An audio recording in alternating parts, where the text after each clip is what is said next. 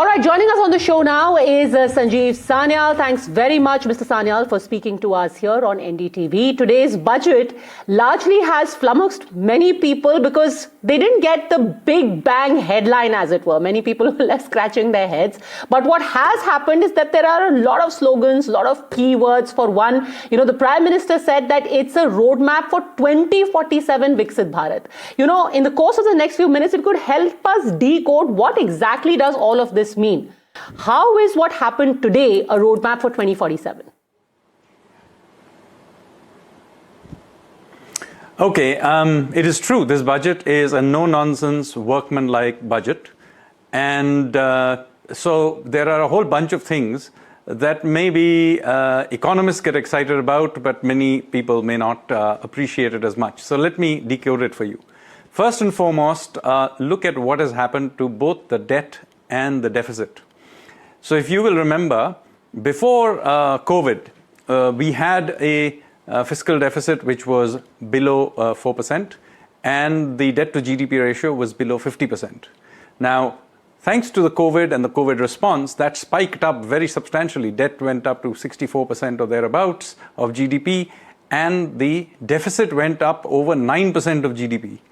Now, since then, it's been quite a struggle to bring it down, but it has now been brought down systematically. And you can see that in the coming financial year, it will be back to about 4.3%. We will have it hopefully in the next few years below 4%, which is we are well on way to doing that.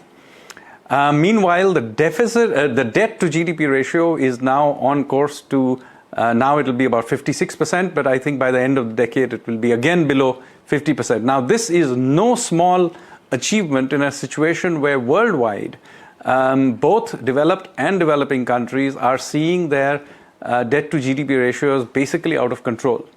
So what we are seeing here is not just growth, not just the fact that inflation is well under control, but these stability indicators are really distinctly improving. I know this sounds geeky, but this is a very, very important part of what is being done. And remember, at the same time, the banking sector itself has seen its NPS come down. That was there in the economic survey. So these are the underlying stability indicators that are, Prime Minister is right. These are the foundations on which you build next 25 years of growth.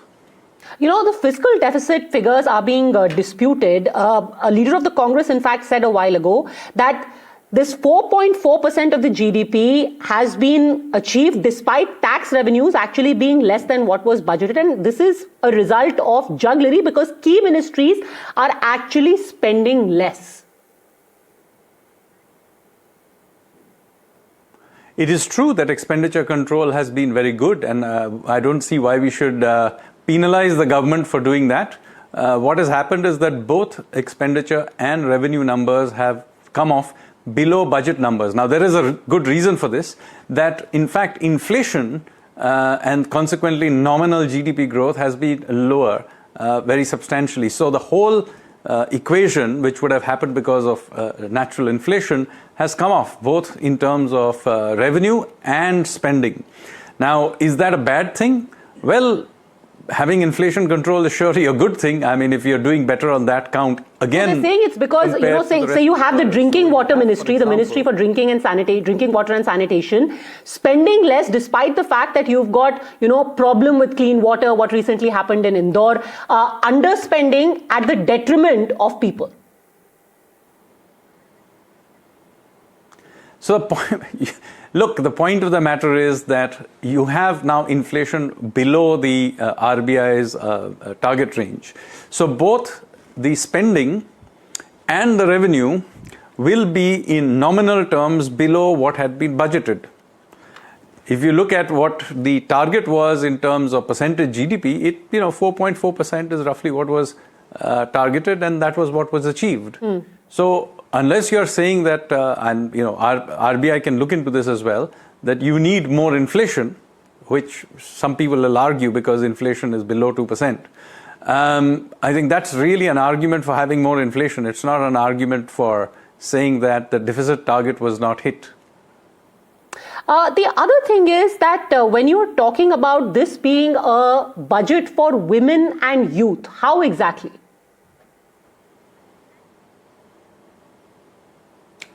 Well, I think there were many schemes in there. I mean, every year there are, would I call this specifically a budget for women and youth? Well, I am not too sure because I'll have to see whether or not there is, I haven't looked at it in so much detail, but whether or not the allocations were significantly more than were in previous years, because in other years also you get allocations for women and so on. But there are other categories where there is very clearly an increase, one of them being defense. And you can see that maybe because of Operation Sindoor or indigenization, whatever the reason may be, the defense budget is much more clearly up. Now, markets have reacted negatively today, and that is being quoted as a clear example of how this was disappointing budget. How would you respond? Well, markets go up and down. If you're going to look at the market reaction of the last 50 budgets, it's not at all clear that the response on that particular day is an indicator of how things panned out.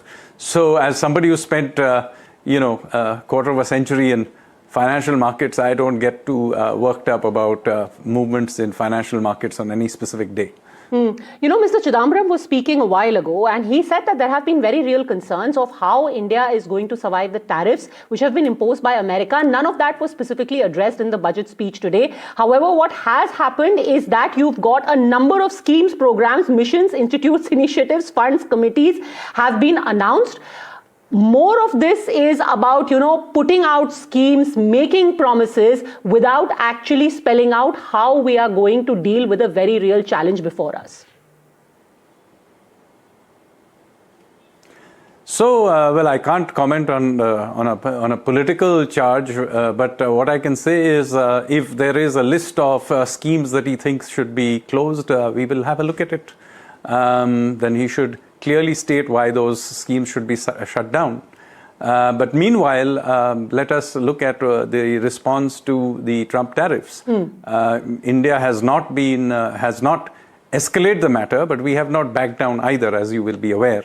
To my mind, that has been the correct response to many of the tariff tantrums that we have seen. On the other hand, we have not been at all lazy. We have signed several free trade agreements, not the least with the United Kingdom.